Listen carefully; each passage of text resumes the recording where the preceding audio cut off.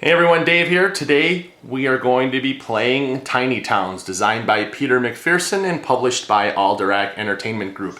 And I'm going to be doing the solo variant of this game to show you how it's played. And you can see most of the components that come in the game. We have a bunch of wooden buildings. We have a bunch of cubes here that are wooden resources. We have player boards. And we have a number of different types of cards. They're different types of buildings. There's a big stack of them. You can see all the different backs. And I've shuffled them up and I have selected one from each of the building types. And we've placed them out. Now in the solo game, there are a few cards that have been removed and it tells you which ones to remove in the rule book. And also what I have done is there's another type of building. These are called monuments. And I have shuffled them up and I've dealt two to myself. We will take a look at those. We're going to select one, and the other one will be discarded and not used during the game. So what we're going to be doing in Tiny Towns is we're going to be collecting up resources, placing them in different configurations on the board that match up with these different types of buildings, and we're going to try to build them on our board in order to score points. And we're going to be doing that by using this particular deck of cards that has different resources on there. So before we get into exactly how the game is played, let's talk about the buildings that are going to be used in this particular game. And they're going to change from game to game, most of them, with the exception of this one. The cottage is going to be in every particular type of game. It has this particular symbol at the top. And then all of the buildings are going to have this particular configuration of different cubes and how they're going to be constructed. So this one has this particular shape. And when we're building them, they can be rotated, they can be flipped, they can be mirrored. And once we have resources out there that match this, we can choose to build these particular types of buildings. And so this one says 3 points if this building is fed. Meaning fed, there are going to be other farm type buildings that are going to have something to do with being able to, like these particular buildings that are going to feed our town. The next type of building, we have this religious buildings. This is a cloister. Here is the configuration, and then this says it's going to be worth 1 point for each of this type of building in a corner of our town. So these I'm going to want to try to get in the corners of the town, and then they will be worth multiple points. So if I can get one in each corner, that will be 16 points. Each one of these will be worth 4 points apiece if they're in the corners. And if I decide to build them in other spaces, they'll still be worth more, but I want to have one filled up in the corners if possible. Next we have this greenhouse, and here is the configuration of how it's going to be built. So we have a wheat, glass, and 2 wood. And this says it feeds one contiguous group of basically the cottage type buildings anywhere in your town. So this is going to tell me that I need to build these cottages in a group where it's contiguous, meaning they are together either orthogonally or orthogonally, not diagonally. So they'd be up, down, left, or right of each other. So I want to build them kind of in a group. And so we already see, even with the first 3 cards, already some strategies are going to start going through our minds as to what we're going to want to do. So cloisters I want to have on the outsides. These I'm going to want to have in a group together so that I only have to build one of these greenhouses. Next we have the tavern, which is going to be this configuration right here. And the tavern is going to be based upon how many I've constructed. So the more taverns that I build, the more points that I'm going to score. So if we want to have a lot of drinking establishments, then we can score points. If I can manage to get 5 of them built, I can score 20 points. Next, we have this well. Here's a configuration, and this is going to give me 1 point for each adjacent cottage. So if I could essentially build a group of cottages around each other and put a well in the middle, I'm going to score some points. I'd be able to score 4 points for that one well because I would have one adjacent here, here, here, and here. We don't count diagonals as being adjacent in this particular game. Next we have the market card, and here's the configuration of this, and this is going to be 1 point for each of this type of building in the same row or column, not both, as this original one. So if we can try to get them all in either the same column or the same row, we can score points, quite a bit of points. So it's going to multiply. So it's going to be similar as the cloister in terms of scoring. So that's something to think about. And then we have this building here, the trading post. Here's the configuration of how it's built, and this is going to be worth 1 point, and it says you may treat the trading post as a wild resource for future buildings. So what happens is, as we're placing cubes on the board and they match up particular shapes, we'll be taking them off and putting buildings in their place. What we'll be able to do is use one of those in place of a resource on the board, so we can build things around the trading post. So it's going to be quite useful for at least a couple of buildings. So those are the types of buildings that are going to be used in this game, and so it's going to vary, you know, from game to game which ones are going to come out. And then we've also had 2 of these monuments that have been shoveled up and dealt with, so let's take a look at what we have here. So the first one we have the Grand Mausoleum of the Rodina, and here is the configuration of how it's going to be built. And it says your unfed, basically cottages, are going to be worth 3 points apiece. So this, if I choose to build this one, then I don't have to worry about building a greenhouse to feed all my cottages. Because if these were not fed, they're not worth anything. The only way they're going to be worth 3 points is if they're fed. Well, if I choose this, then they're unfed. So this could replace having to build greenhouse. And it's almost a similar configuration, but then in order for this greenhouse to really be effective, then these have to be all built adjacent to one another. It's going to make it a little bit more difficult. So this could be a very, very useful card. And then we have this one, the Shrine of the Elder Tree. Here's the configuration of how that's built, and then this is based on the number of buildings in my town when it's constructed. So if I try to build this towards the end, if there's already a number of buildings being built, it's going to be worth a lot of points. If I build it early on, it's only going to be worth a point. But here's the thing: if you look at this, that's 6 spaces that it's going to take up. There's really not a lot of space in this town to build. It's only a 4x4 grid. So I'm not really feeling the Shrine of the Elder Tree for this one, so I'm going to discard it. And I think we're going to use the Grand Mausoleum of the Rodina as our possible monument that we can build. The only way that this is going to be coming into play is if it is constructed. So I have to make sure that if I'm building cottages, that I need to make sure that I have that built unless I have a greenhouse. So the way that this is going to work is over a series of turns. We're going to be revealing cards from this deck, placing resources on the board, and then once we have these particular shapes on there, we can choose to build buildings. And I can leave the resources on there and choose to build them. I don't have to build, as soon as I match it up, I don't have to build it right away. So what we're going to do is we're going to reveal 3 cards off the top of this deck. I'm going to have this top draw pile kind of sort of off camera, but we have 3 cards that are going to have the different type of resources, and what I'm going to do is I'm going to choose one of them, and I'm going to place that resource anywhere on my board, and then I will take that and put it on the bottom of the draw pile and fill it back in. So I'm always going to have 3 to choose from when playing the solo game. So one of the things that I want to look at is what do I want to build and where. So I have 3 of the 4 resources already in place for one of those cloisters, and I think that I'm going to try and build that. And I'm going to look, and you know, like I said, we can rotate it, so I could potentially have this particular shape right up there, you know, see that, and try to build this. So I am going to choose glass for my first turn, and I'm going to place the glass right there, just like that. And this is going to go on the bottom, and we're going to replace it with one of these. Oh, this is going to be perfect. I'll be able to get a cloister built over the next 4 turns. So I see the stone. I'm going to go ahead and choose stone. Place that right there. This is going to go back on the bottom. New one comes out. Going to choose brick this turn right here.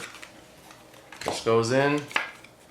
You can see it's going to go rather quickly. I'm going to choose... now this here, I know for a fact that I've got the wood to be able to build that, but I think I'm going to also try to maybe get a cottage right here. So I'm going to choose the wheat. I'm going to put the wheat right here like this. And because even if I really wanted to like this, I could, well, it won't really fit around this way, but I could potentially do something there if I wanted to, but I have options. And so I have this yellow, I have the glass. I'm going to go ahead and choose the glass right there. And these can, like I said, I can rotate these however I want.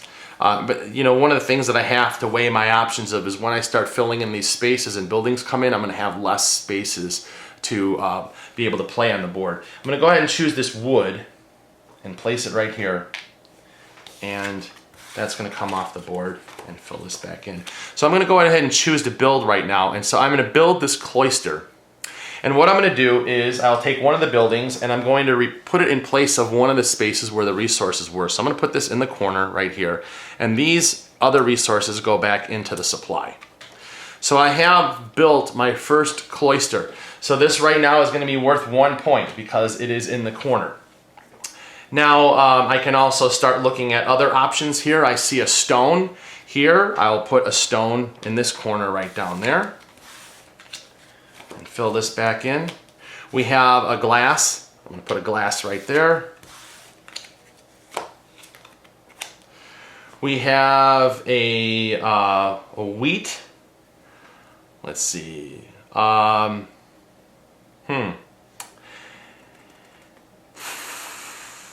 And I have a wood and I have a stone. I have not seen, only had that one brick come out. There's probably going to be more brick coming out pretty soon. So I think I want to leave this space open to build a cottage. I think what I'm going to end up doing is I'm going to take this particular wood and put a wood there, like that. I have a wheat here.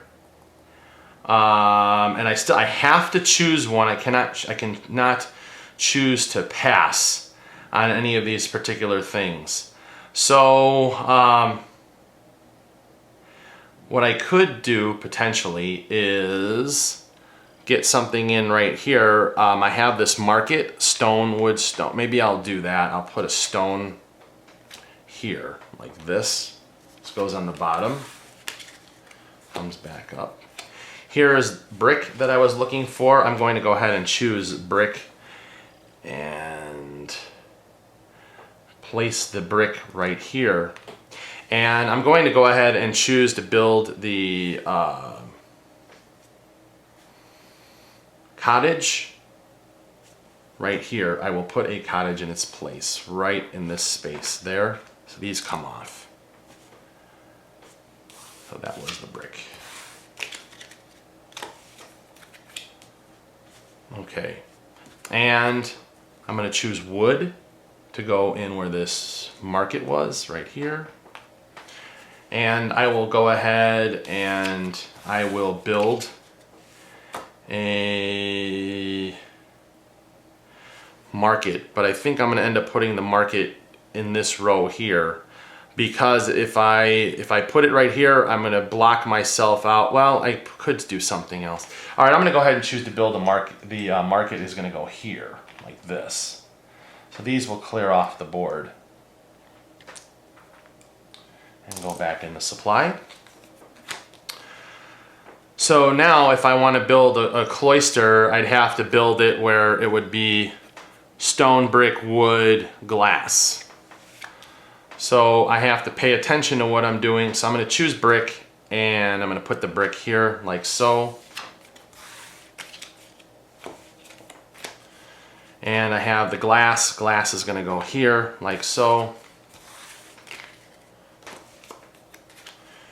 And we have stone. Stone will go here like so.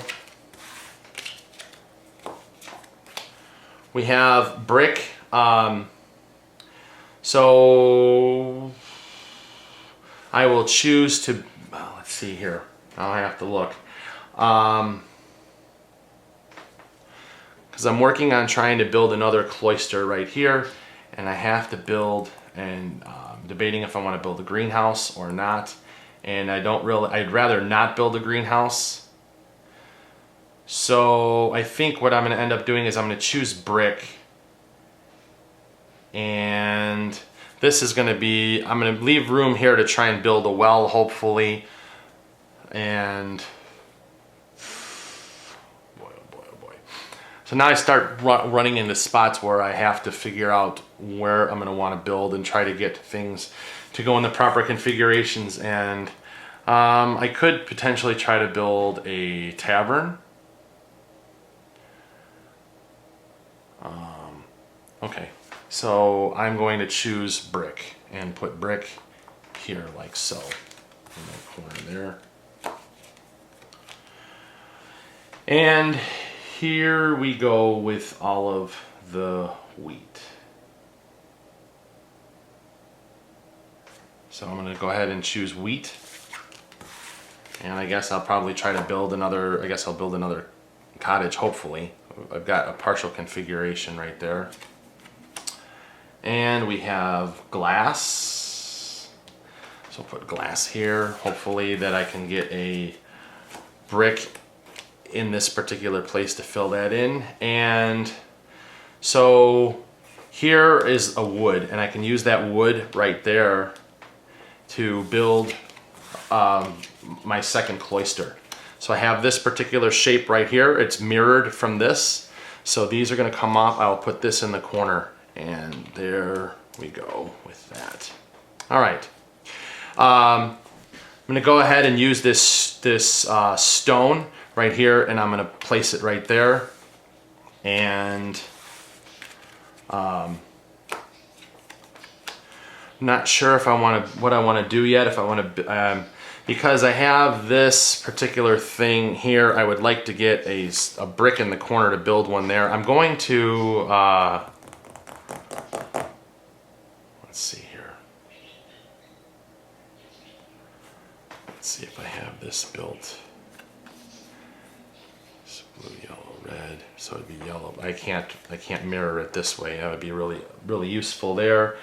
All right, I'm going to choose glass. Glass is going to go here because I'm trying to visualize how I'm going to go ahead and get this built.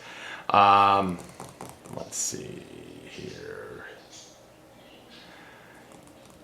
And I probably should think about building a greenhouse, seeing that I'm going to have a little bit of difficult time getting this grand mausoleum built because I'm running out of space. Because I'm not thinking properly. And let's see, 2 wheat and a wood. I potentially could build right here. I could build a cottage. I can build a well there. I don't have this. I think I kind of hurt myself by putting that there. And okay, so what I'm going to do, I'm going to go ahead and choose wood. Maybe I'll put the wood here. Maybe I can get another or I can get another market in that particular row there. So I find this game to be advantageous to not build buildings right away. You know, leave yourself some options, or you think you're starting to build something, but then you're coming up with other options. I'm going to use this stone and put the stone right there. And we have brick. So let's see, what was I trying to, oh, I will use my brick and place it here. Okay, I'll place the brick here like this. And I could build a tavern. And it's not, I don't know if I want to do that. I'm going to hold off on that for a second. I'm eventually going to run out of spaces where I can be able to do something. So I think I'm going to go ahead and place a wheat here. And maybe I'll be able to get some other things that will help me out later on. So I've got wood here, and let me look at the cloister. And you know, right now I'm running. I don't have a lot of options. I'm running out of some things that I need to build, and I really need a stone there to help me out. I guess I'll put another wheat over here. And the problem is going to be if I start having spaces that I can't fill in, I'm going to run out of options here. Okay. I have wood and brick. So I'm going to go ahead and put a brick down here, and I need to clear out some spaces, and I'm going to build a tavern, and the tavern is going to go here like this. So I've got one built, and I'm going to clear these out for right now. And I'm hoping that I can get a stone come up for me to build, and I don't. I have glass. I will take another brick and place the brick here, and I will build another cottage here, like so. Whoops. That was there, this was there. So those come off. So now if I'm looking, I really have to have, I need to be looking at this greenhouse and looking at this particular shape. So if I were to flip it over, I need to go yellow, brown, and then glass. So I need to have those. This I need to do something different with. So I still have options here to try and build another thing. So we're still going to look at the market. I can actually get that built over the next 2 turns. I'm going to build a stone here, put that in, and we'll choose a glass here. So we will go ahead and build another one of these markets. We're going to put the market here in this particular row. We'll take this off, all that stuff off there. And, whoops, sorry. We already filled that in. So what I need to do now is try to figure out where best to build this. So if I'm looking at this, if I were to mirror it over, so I'll need to take a wood, put the wood here. Let's hope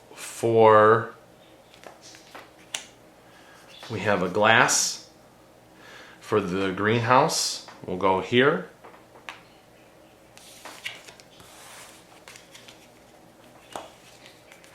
And we have the wood. We'll put the wood there. So we can build, now we can actually build a greenhouse.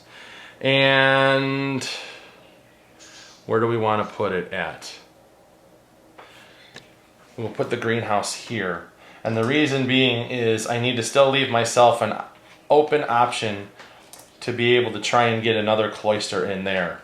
And I'm going to go ahead and let's see, I'm going to build a well right here. That one. So the next thing, I'm going to see if I can maybe try and get another cloister built, and I may be able to do it, possibly. So I'm going to go ahead and choose a stone here. Put the stone. Choose a glass. Perfect. We're going to choose the brick.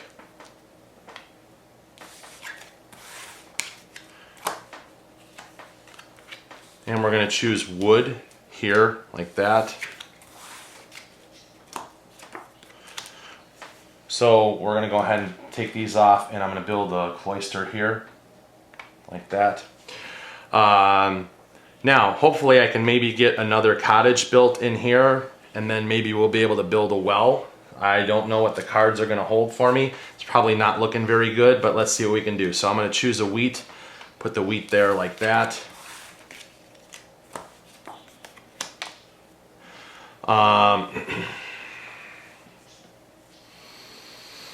Choose a stone,